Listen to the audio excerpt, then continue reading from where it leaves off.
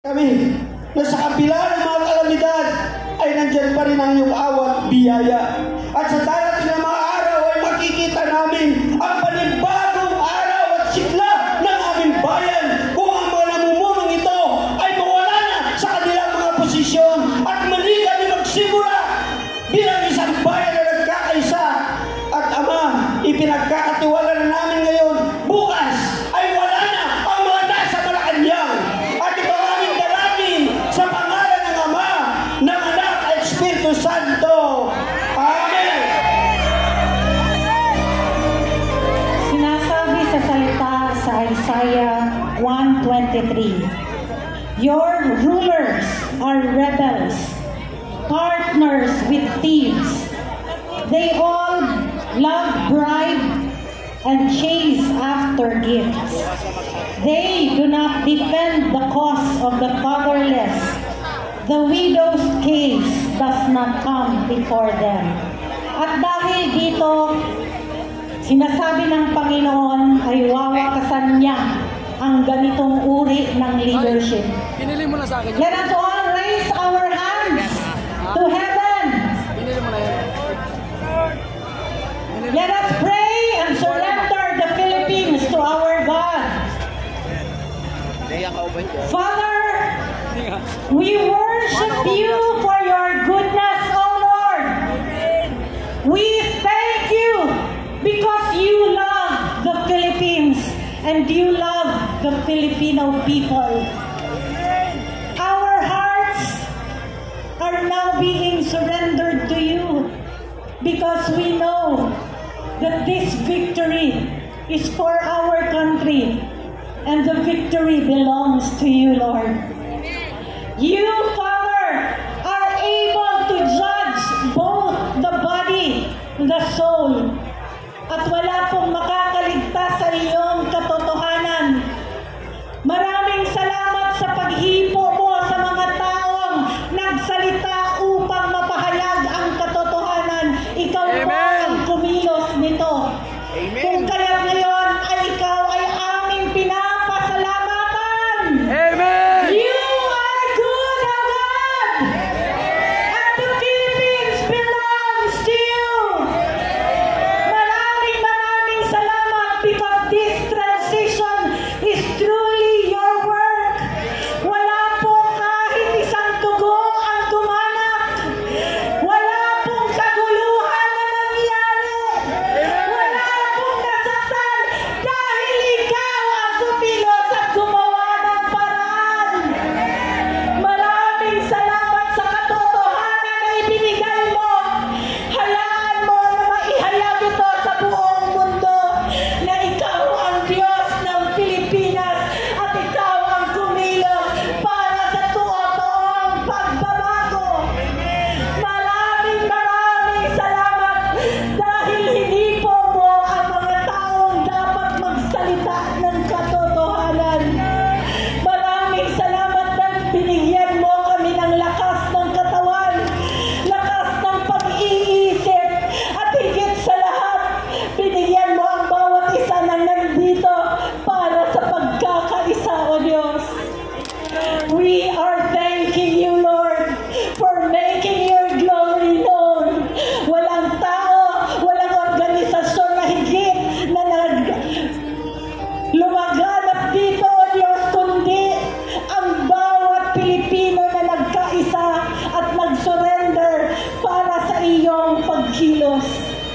Maraming salamat, O Diyos, dahil ngayon, ikaw din ay hihipo sa lahat ng aming kasundaluhan at sa lahat ng aming kapulisan, O Diyos. Ang kanilang puso, O Diyos, ay tatalima sa direksyon na iyong pinapasundan sa kanila. Maraming salamat sa gabing ito because victory has been given to the Philippines and the Filipino people. And Father, right now, we take this time, O Lord, to pray for our dear President Rody Duterte, Lord.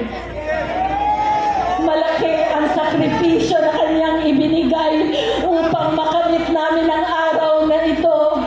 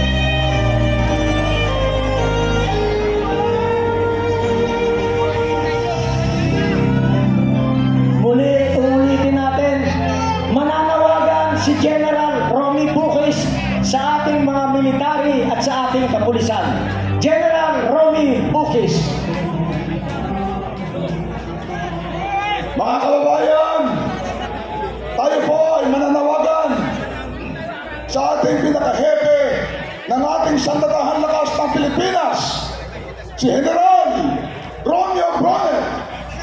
General Bronner, napakaliwanag ang nangyayari ng iyong Commander-in-Chief ay hindi lang magnatakaw, kundi siya ay drug addict. Bakit?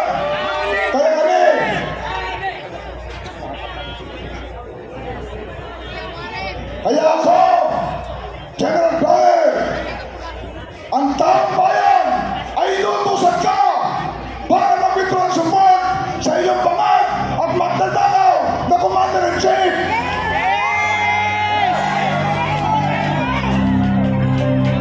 Kantahin natin ang Pilipinas kong mahal. Sabay-sabay.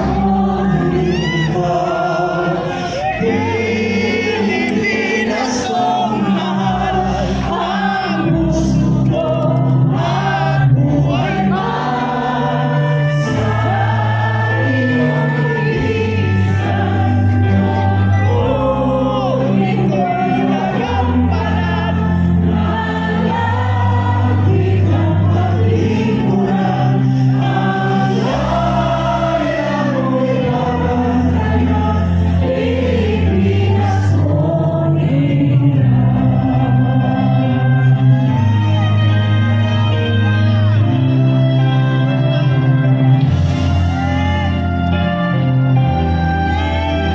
Mabuhay ang Pilipinas! Mabuhay!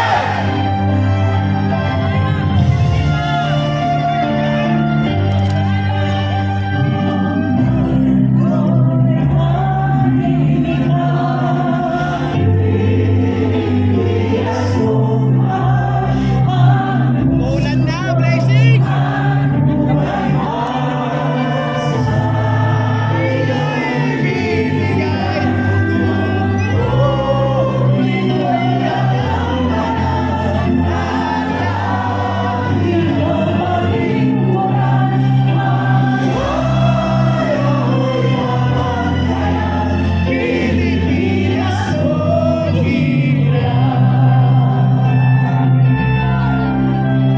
Mabuhay ang Pilipinas! Huwag po nating kalimutan, mawala lang siya sa pwesto, kalahati pa lamang ng laban ng ating natatapos. Huwag tayong tumigil hanggat hindi nakukulong ang mga may kasalanan. Para sa mga batang hindi na natin mayayakap, sa mga kapatid natin hindi na natin makakausap, sa ating amang hindi na uuwi dahil sa baha, sa salot na baha tayo sa kasakiman ng mga magnanakaw sa ating gobyerno. Huwag po ninyong kalimutan, matatapos lamang ang laban pag sila ay nasa kulungan na. Muli, General Bronner, pakinggan mo ang sigaw ng taumbayan. Ang taumbayan ay inutusan ka para mag-withdraw ang support sa iyong pangad at pagkatakaw na Commander-in-Chief. Mabuhay ang Pilipinas! Mabuhay ang Pilipino! Mabuhay ang taong bayan!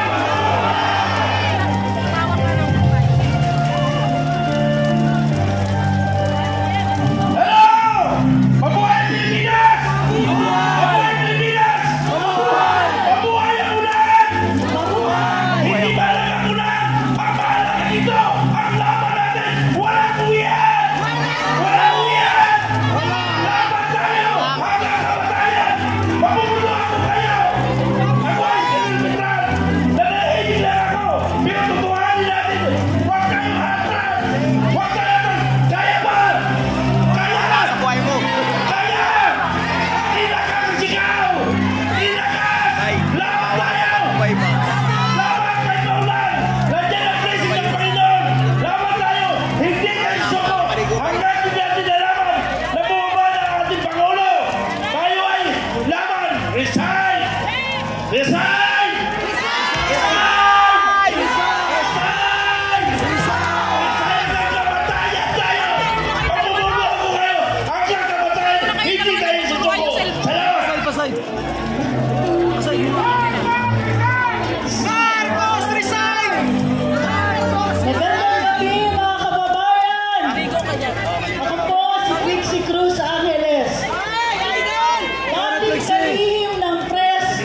isang Pangulong naisumbong na sa bayan. Tignan nyo nga naman ang tadhana, no? Ngayon, hinamon tayo ng kasaysayan. Kinagagalak ko po na nakikita kayong lahat dito. Kasi kayo po ang sumagot sa hamon na ito.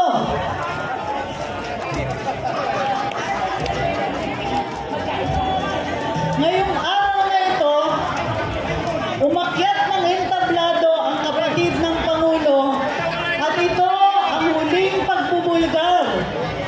Pagbubulgar sa tunay na estado ng iniisip o estado ng pag-iisip ng ating Pangulo. Ngayong araw na ito, ang umpisa ng tunay nating kalayaan. Nag-umpisa ang kalayaan natin sa pagbubulgar ng katiwalian. Pero bago tayo magpatuloy, ang sabi nila, kailangan sa lahat ng bagay marunong tayong magpasalamat. Si Amy Marcos ay umakyat sa isang entablado na bigay ng pagkakataon sa kanya. May nagpakita ng daan. Ang himok, ang paghiling sa transparency at accountability ang naging paraan para lumabas ang huling katiwalian. Magpasalamat po tayo dahil ito na ang umpisa ng tunay na pagkakaisa natin. Ang tunay nating kalayaan. Maraming salamat sa mga kababayan na narinig ang aming daing. Maraming salamat sa mga institusyon na hindi nakakalimot ng mga obligasyon ng Estado. Maraming salamat lalong-lalo na sa ordinaryong mga mamamayan. Alam kong hirap na ang buhay nyo. Alam ko sa inaraw-araw, walang ginawa ang administrasyon kundi dagdagan ang pasal natin. Habang sila nagpapayaman, habang sila po ay tuloy-tuloy sa kanilang katiwalian, dumadagdag ang paghirap sa bayan.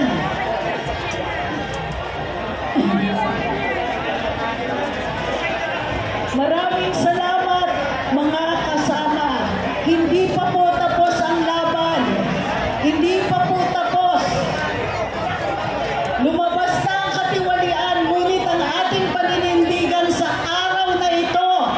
Huwag niyong kakalimutan dahil nakilahok kayo. Naging bahagi kayo ng ating kasaysayan. Pwede na ako mag-backprod. Ano ang mangyayaring susunod? Ito ang kailangan natin pag-usapan. Huwag natin kakalimutan ang daing natin for transparency and accountability. Ang Pangulo natin may problema.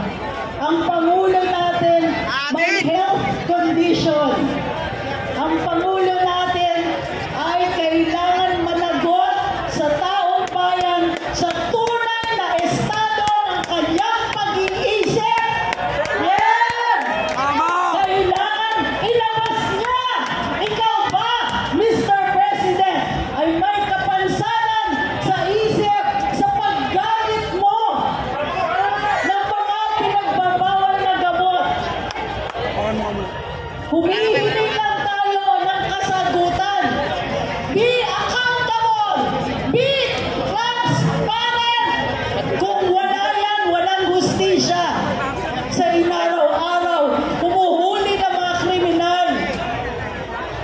Pero kung ang kriminal ang mga namumuno, nasan ang hustisya dyan? Di pa sumisigat si Sandro Muli, Dalaos na. ang panawagan natin, managot siya. Sagutin niya, do you have a health issue, Mr. President? Sabi sa saligang batas, kailangan ilabas mo yan.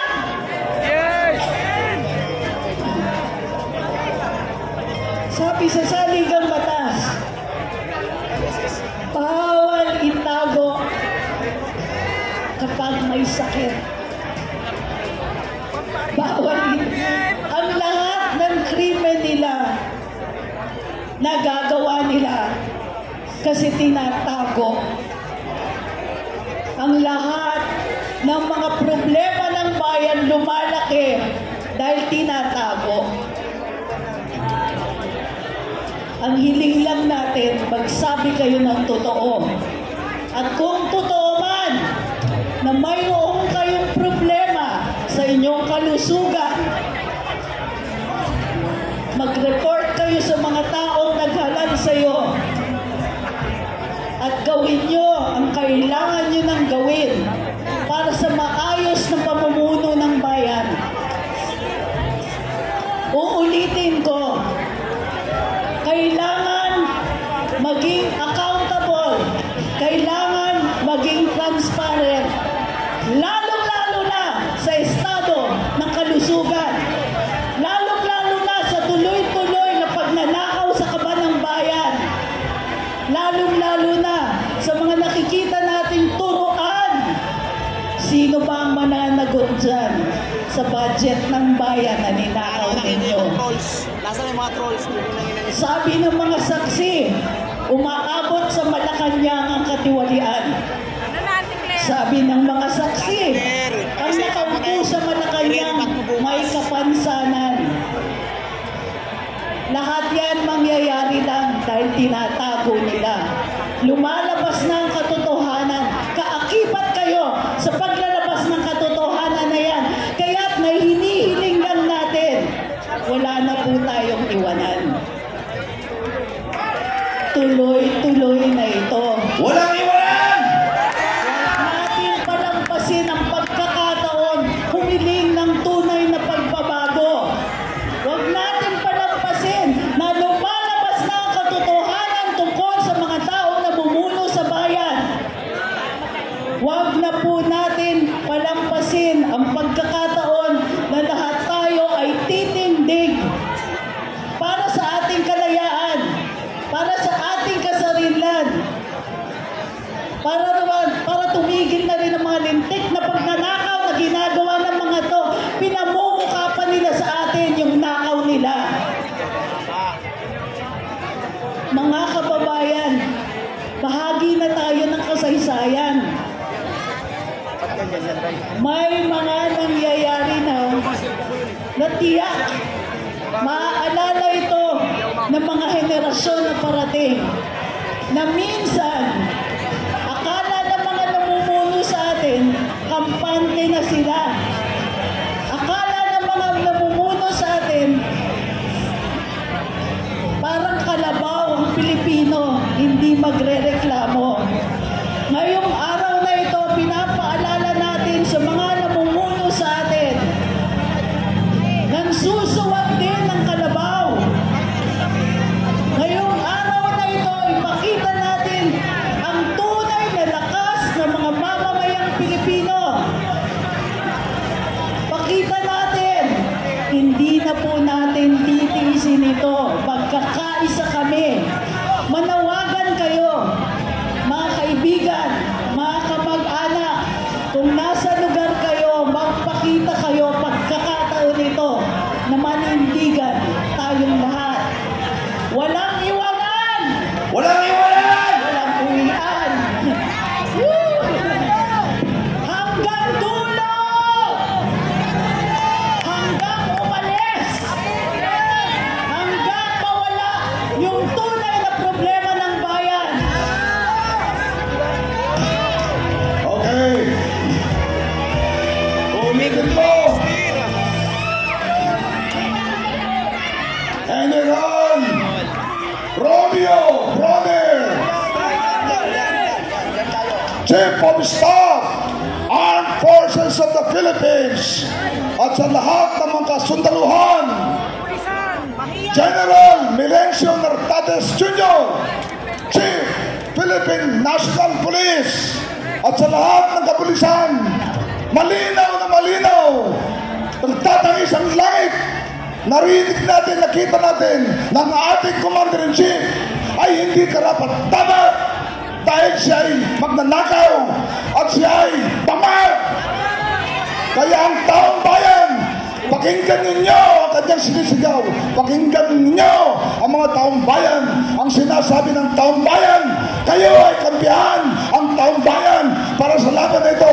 Mag-resign, umalis na ang ating presidente, mag-withdraw ng support ang Armed Forces of the Philippines at National Police sa ating isang Commander-in-Chief na panak at magnanakaw. Yun lamang po. Ano ang sigaw ng taong bayan? Ano ang sigaw ng taong bayan? Mga kababayan, bagamat buo na ang ating ebidensya, hindi pa rin sapat ang gabing ito upang tayo ay sumuko, sapagkat hindi tayo titigil na hindi mabababa ang adik na presidente! Ano ang sigaw ng taong bayan? Lakasan!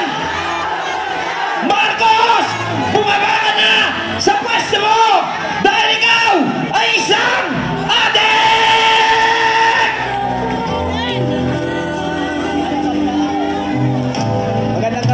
Magandang gabi sa lahat ng ating mga kababayan.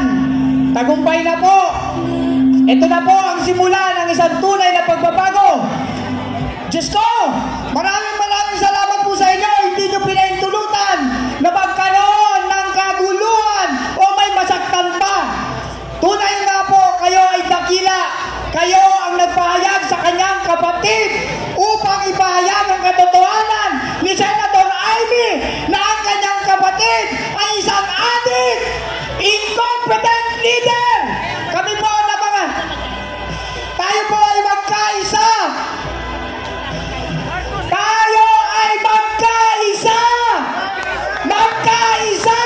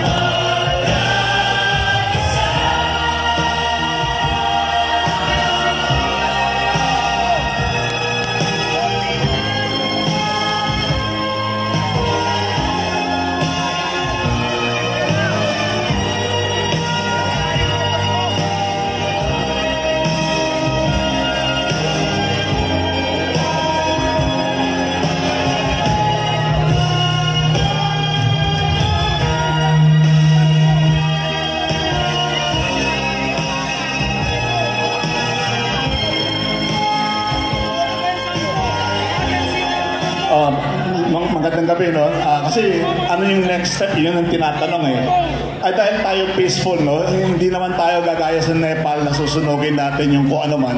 Iaakyat natin sa Supreme Court at ito yung mga... dumating yung mga... Si Attorney Mel Magdamo, ang lawyer ng United People's Initiative, ang ating legal counsel. Sige po, no? Ayoko sana magsalita, pero ganito po kasi, no? Ang tanong anong susunod na gagawin eh. Kasama yung mga magagaling na abogado, no? Nandito si Levy, nandito si Vivian, no? Pupunta tayo sa Supreme Court, meron tayong ipapile, no? Tapos ipapaalala natin sa protector of the people. Sino yung protector of the people? Alam niyo ba nung araw, nung 1986, ang sabi ng protector of the people, nandun pa sa kabila, my loyalty is to the Constitution and to the duties of my office. Sabi ng Chief of Staff Fidel Valdez Ramos. Nung sinabi niya, my loyalty is to the Constitution, nagpalakpakan ng mga tao. Tapos yung kasunod na sinabi niya, and to the duties of my office, hindi na narinig ng tao dahil sa lakas ng palakpakan. Ano nangyari kay Fidel Valdez Ramos? Naging president. Okay. Tapos, noong 2001, ang sabi ni Angelo Tomas Reyes, in behalf of the 130,000 Armed Forces of the Philippines, I withdraw my support from this government of Joseph Estrada. Sinabi niya yan. Pero bago niya sinabi yan, nagkonsulta siya, nag-survey siya sa 130,000 na kasundalo nun. Nung araw, 130,000 lang eh. At talagang, 80% din ang sinabing mag-withdraw ng support ka na. Ngayon po, gumagawa din tayo mga survey internally. At kung gustong basahin, pag-aralan ni yung nakaupong protector of the people ngayon, kung gaano ba ka-accurate yung survey natin sa loob ng Armed Forces of the Philippines. Ang lumalabas 80% eh, ang pabor. Ngayon, kung may duda si pangalan ko lang, si yung protector of the people natin, kung nagdududa siya, basahin niya yung methodology namin, paano namin na-reach yung 80% na. Baka ngayon, 90%, baka 95% na yung yung mananawagan ng withdrawal of the support. Yung pag nag-withdraw ka ng support, hindi yan labag sa batas. Nasa loob ng saligang batas yan. Sa kaso ni Joseph Estrada versus Ombudsman na dinicide ng Supreme Court, sinabi ng Supreme Court, pag nag-withdraw ka ng support, hindi yan bawal, hindi yan sedition. May Supreme Court decision dyan. So, kung nanawagan tayo ng withdrawal of support, hindi yan labag sa batas. So, kag-record ko kanina talaga walang seditious dyan. Kaya kung ayaw naman ni Browner, kung ayaw niya ng withdrawal of support, edi mag-deposit na lang siya ng support. Kasi kung pag mag-withdraw ka, pwede ka rin mag-deposit. You withdraw support from, kasi kung mag-withdraw ka, bangkarote na, wala na siyang mag-withdraw. Zero balance na eh. Pwede siya mag-deposit ng support. Kasi, mamili, I deposit my support in favor of bahala na kayo mag-isip kung sino yun. Pero, bakit People's Initiative? Sila ang iluluklok sa kapangyarihan. Bakit People's Initiative? Kayo, hindi politiko, mga pangkaraniwang tao, tayong lahat. Yun po ang People's Initiative. Tayo ang iluluklok sa pwesto, hindi yung mga politiko. Yun lang po. Thank you very much. Managbay! Magandang gabi! Parang gusto kong kumanta. And now, the end is near. Nananawagan tayo sa ating mga kapulisan. Maraming salamat po sa inyong lahat. Dahil alam namin, makikinig kayo sa taong bayan. At alam namin na hindi kayo magsisilbi sa isang bangag na presidente. Kahit anong paliwanag ni Auntie Claire, hindi niya na ito maidi-deny dahil mismong kapatid niya na ang nagsabi na bangag ang kanyang kapatid, bangag ang ating presidente.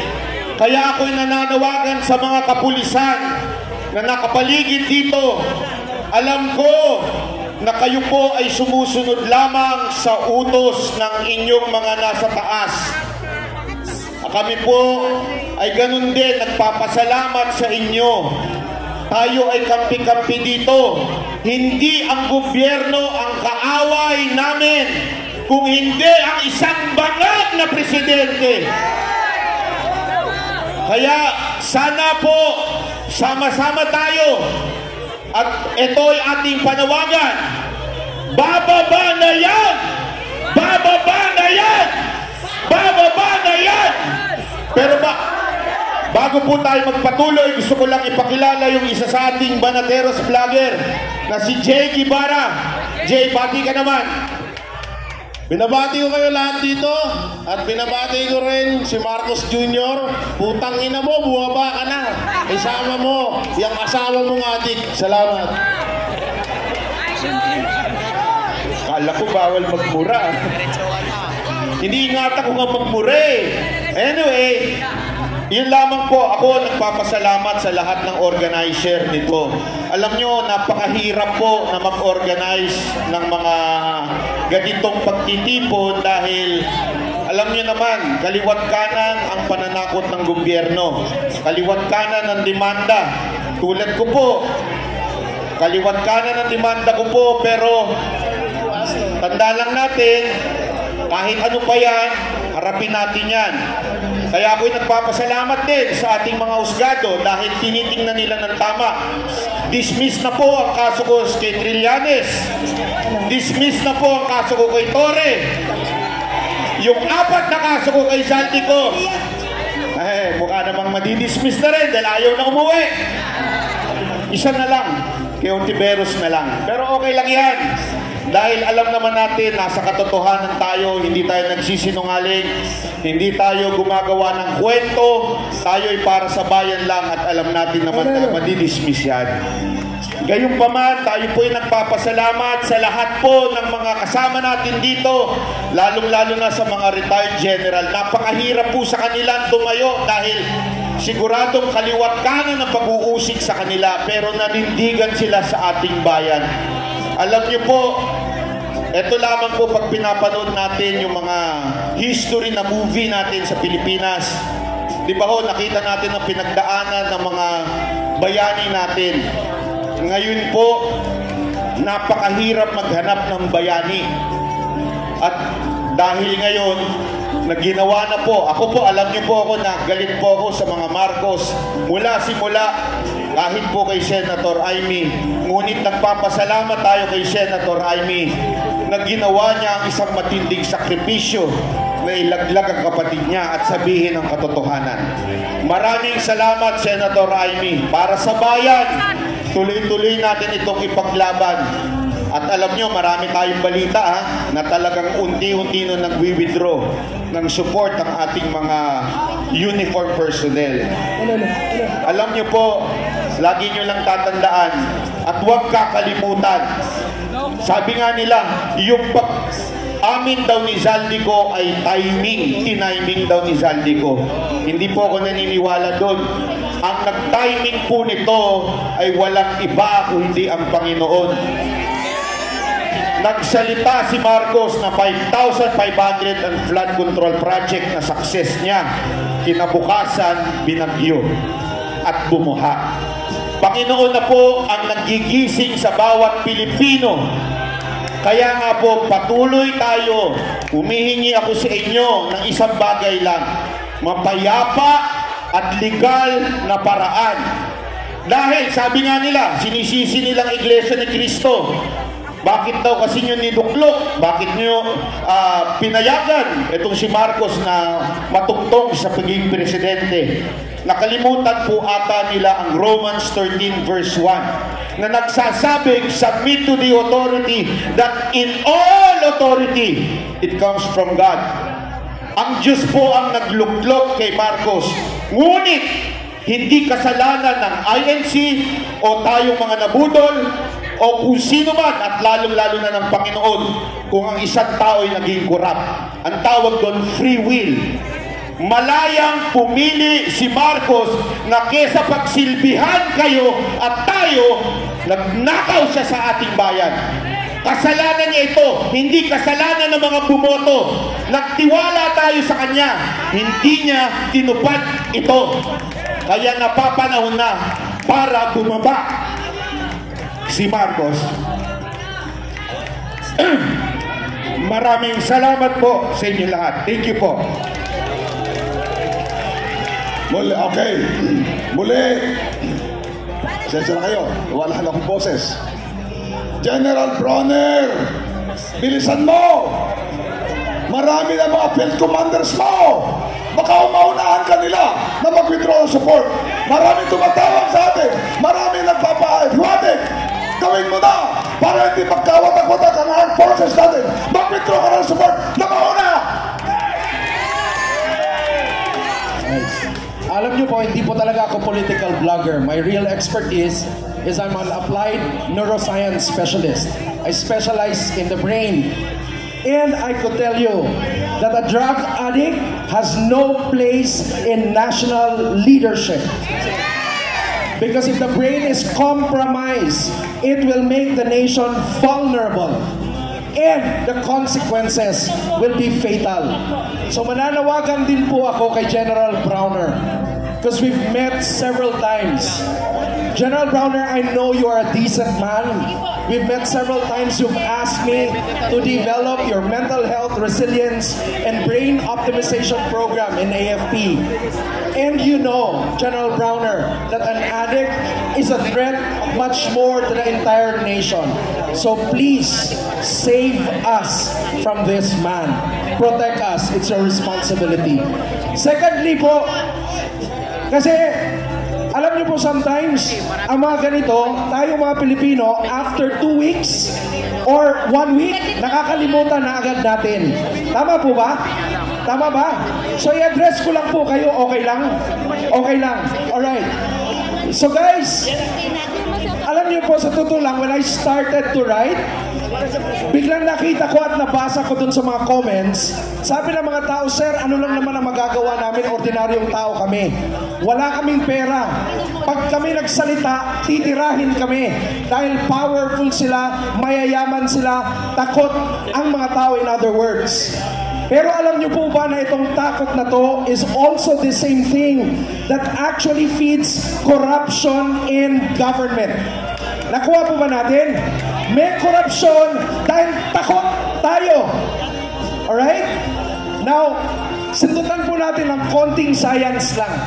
Meron pong tawag dyan. Ang tawag dyan is learned helplessness. Ano po yung learned helplessness? Ito po yung kapag ang experiment nila, naglagay sila ng aso sa isang kulungan. Tapos, on one side ng kulungan, may shock. Tapos, nilagyan nila ngayon ng isang barrier sa gitna. Nung pinatugtog yung shock, yung aso lulundag sa kabila. At nagulat yung aso kasi may shock din pala sa kabila. Dumaan ng isang week, palundag-lundag yung aso para mag-survive from the shock. Pero alam niyo po ano nangyari after 2 weeks? Tanungin niyo kung ano. Kahit marinig pa nung aso yung shock, hindi na siya gumagalaw. Kasi umaandar na yung utak ng aso at sinasabi niya, natural na to, ganito na lang talaga to, ito na yung bagong natural sa buhay ko. Learned helplessness. Nangyayari sa mga hayop, but apparently in the Philippines, it's also happening in the Philippines. People are so disempowered. And in fact, in neuropolitics, tinuturo po yan na gumagawa yung mga gobyerno daw ng mga events para dumating sa punto na overexpose yung mga tao sa abuso to the point that they start accepting it, they complain, but they don't do anything. It's called learned helplessness, my friends. Let me remind you this. Nung bumaha po sa Tino, nakita po natin yung mga videos, tama po ba? Yes. And there's one particular video there that gripped my heart. Yung nanay, kasama niya mga anak, nasa bubong sila. Anong sabi ng anak? Mommy, we lost everything. And maybe you have not lost everything in Manila or in Luzon. But guys, realize that you have lost your future because of our corrupt officials. Pero ang pinakamaganda sa sinagot ng nanay, alam nyo ano? Ang sagot ng nanay, huwag kang mag-alala anak, we will have them back again. Ganon din tayo sa Pilipinas. Dapat para tayong mga nanay na pinapaalala natin ang bawat isa. Yes, ninakaw nila lahat. Yes, ito yung nilapastangan nila tayo. But we will have to make a stand. We will take them back. Are you with me on that? Kasi po hindi pa lapos ang laban. And I think of a certain analogy about it. Alam niyo po ba yung story ng Ten Commandments? Tama po ba? Magtatapos ako rito.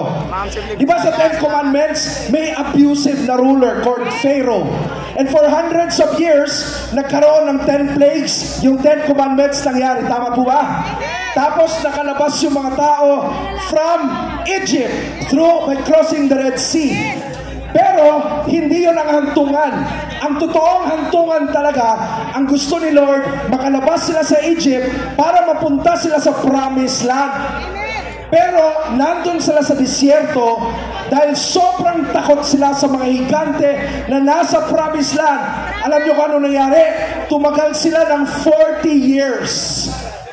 Everybody listen to me because I think this is important in terms of analogy. 40 years. It took them 40 years to cross the Promised Land. Do you know that the time that the senior Marcos was ousted was exactly 40 years from today? We are now on the 40th year. The battle is not over. It's not just to replace the president. It is for us to pursue our Promised Land. Kasi may destiny ang Pilipinas. Malaki ang plano ng Diyos para sa Pilipinas. Pero hanggat takot tayong lahat, walang mangyayari sa atin. Kaya bago sila nag-cross, sabi ni Lord, Joshua 1:9, do not fear, be courageous, for I am with you. Itong mga nangyayari ngayon, si Lord na nagsasabi, I am with you. Ang tanong, are you courageous enough na ipatuloy ang laban hanggang mapunta natin ang Promised Land? But I tell you, there's going to be giants in the Promised Land. So guys, everybody right now, meron akong gusto ipapagawa sa lahat. Is that okay? Yes. Pwede ba tumayo lahat ngayon? Everybody right now. Can we all stand? Yung mga nakaupo, pwede po ba tayong tumayo? Come on, everybody please stand. Just one time. And let's remind ourselves, wala lang sa mga opisyalis natin ang kinabukasan ng Pilipinas, nasa ating mga mamamayan. Pero kailangan ang mamamayan matapang, masigasig, not easily swayed. Supposedly, dapat tayong lumalaban, walang learned helplessness. Are we here? Yes. So may papagawa ako sa inyo ngayon. Is that okay? Yes. I want you right now, everybody, to make your loudest, strongest shout. Lahat ng frustration nyo, ilabas nyo na. Lahat ng galit nyo, ilabas nyo na. Pero pag sumigaw kayo, huwag kayong sumigaw na desperado. Kasi alam ko, mananalo tayo at sigurado ito. Are we here? Are you ready to make that shout right now? Are you ready to make that shout at the count of 5? Everybody count 5, 4, 3. And I want you to shout longest shout, but also a shout of victory. Galit ka pero sigurado kang mananalo. Can we count down? Yes. Everybody, 5, go! 5, 4, 3, 2, 1. Come on, shout! Come on! Come on! Come on! Come on, shout as if your life depends on it. Shout as if our nation depends on it. Come on, everybody! Iparinig natin sa Malacanang! Iparinig ko sa Malacanang ang galit ng tao! Iparinig sa Malacanang ang frustration ng mamamayan! Iparinig natin sa Malacanang na alam natin, tayo ang mananalo! Everybody shout! Come on! Come on! Come on, everybody! Come on, everybody! Give birth to the new Philippines today! Come on, everybody! Hindi pa po tapos ang laban. Haharapin natin ang mga higante in the next few days. But let me just remind you one more. God said, do not be afraid, have courage, for I am with you always. God bless.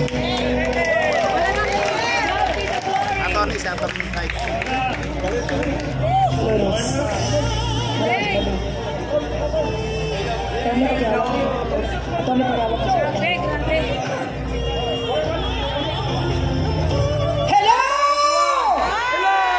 Magandang gabi! Magandang gabi! Tonight is a gift to each and every one of us. Bakit kong sinabing it's a gift? Because it's not an accident. There is a plan of God to each and every one of the Filipino people, from Sulu to Apari, from the Philippines to the whole world. Palakpakan natin ang ating tagumpay na mga Pilipino. Nagsalita ako kahapon sa Liwasang Bonifacio.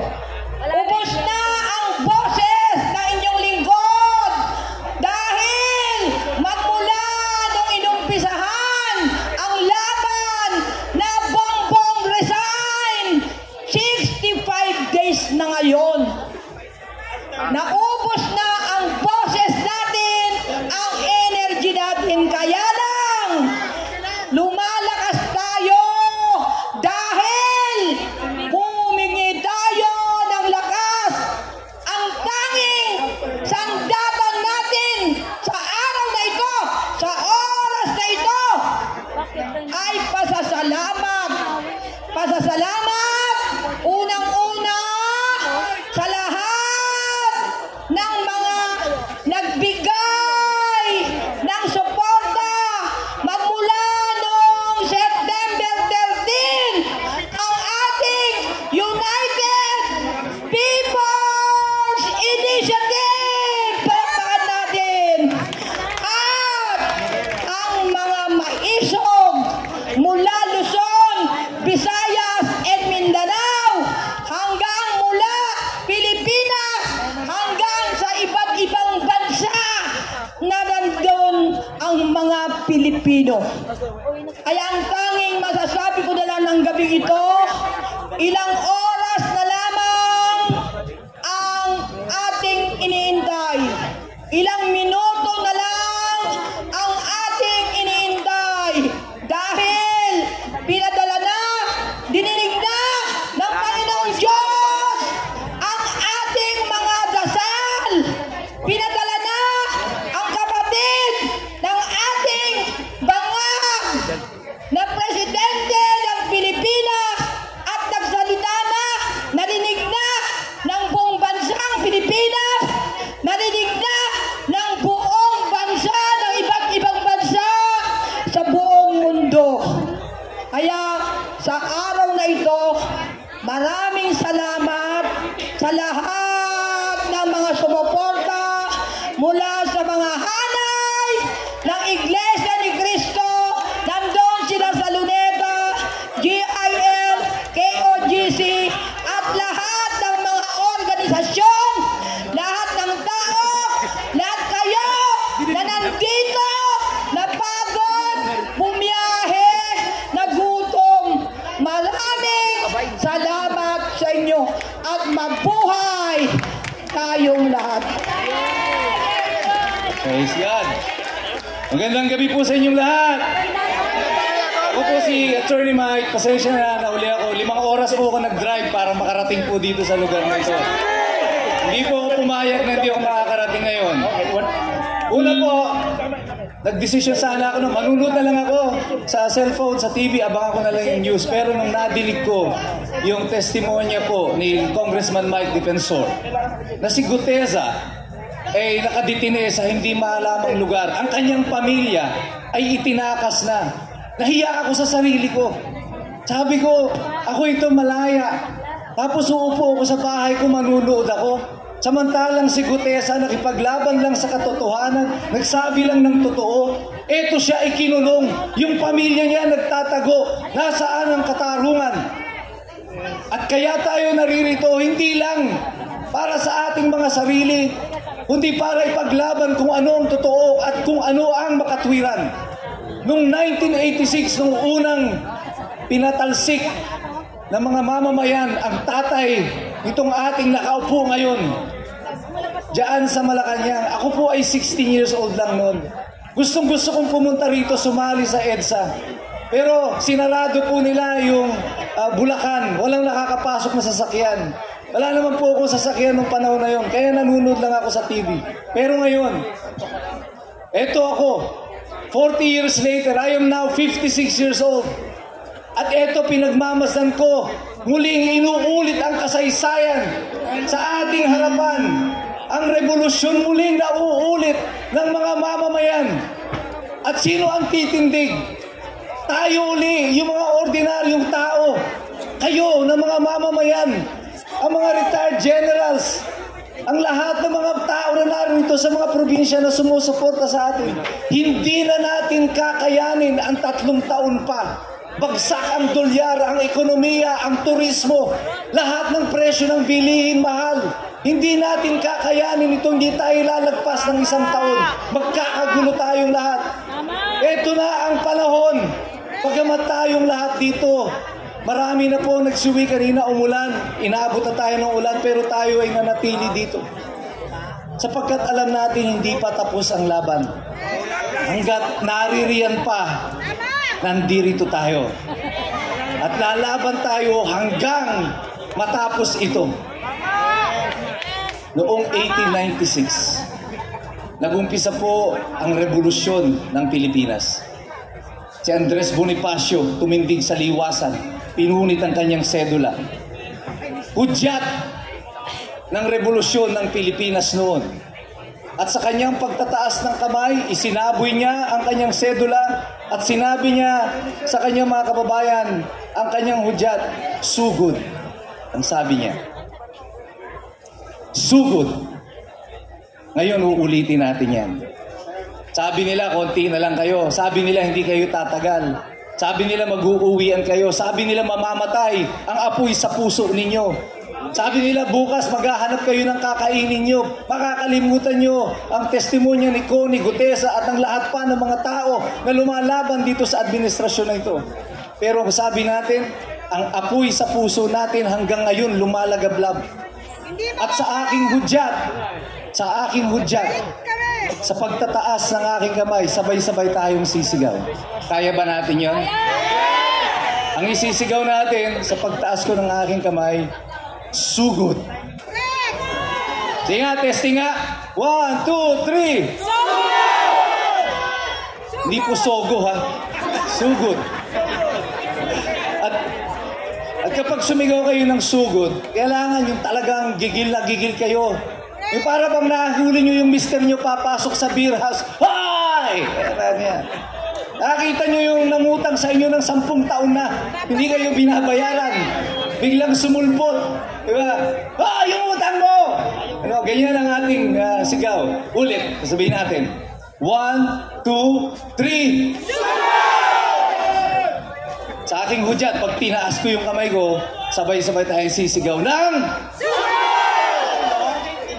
Malacanang! Tagilan. Malacanang, pakinggan nyo ang tinig ng mga taong inyong inapi na ginawa ninyong mga ulila sa kanilang ama na pinadala nyo sa ibang bansa. Ngayon, gabing ito, sumisigaw ang taong bayan! Pakinggan nyo ang tinig ng mga taong inyong pinapatay, inyong inalipusta, ipinakulong. Ngayon, tumitindig dito sa EDSA, binabawi ang kapangyarihang ipinahiram sa inyo. Pakinggan nyo ang sigaw ng mamamayang Pilipino! Magandang gabi po sa inyong lahat. Okay, sugod tayo! Handa ba tayo sumugod? Handa ba tayo? Wala namang kumikilos Handa ba tayo? Handa ba tayo? Walang atrasan! Hindi tayo atras! Kahit maulan, sasamahan ko sana kayo sa ulan kanina. Sasamahan ko kayo sa ulan at laban! Sugod!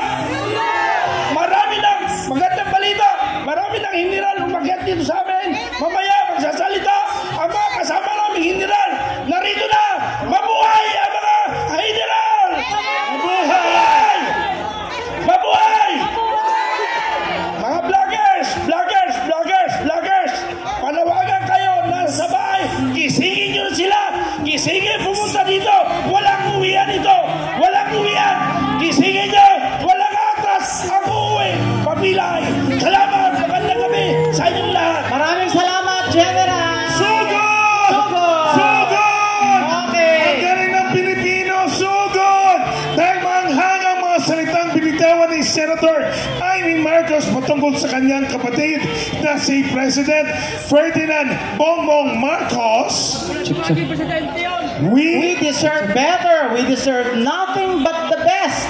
Tulad ng sinabi ni Senator Amy Marcos, hindi tayo mananahimik. upang lalo pang painitin ang ating gabi, pakinggan naman natin ang isa sa pinakamatagal na komedyante sa industriya. Yes! Palakpakan naman mga kaibigan for Norman Mitchell!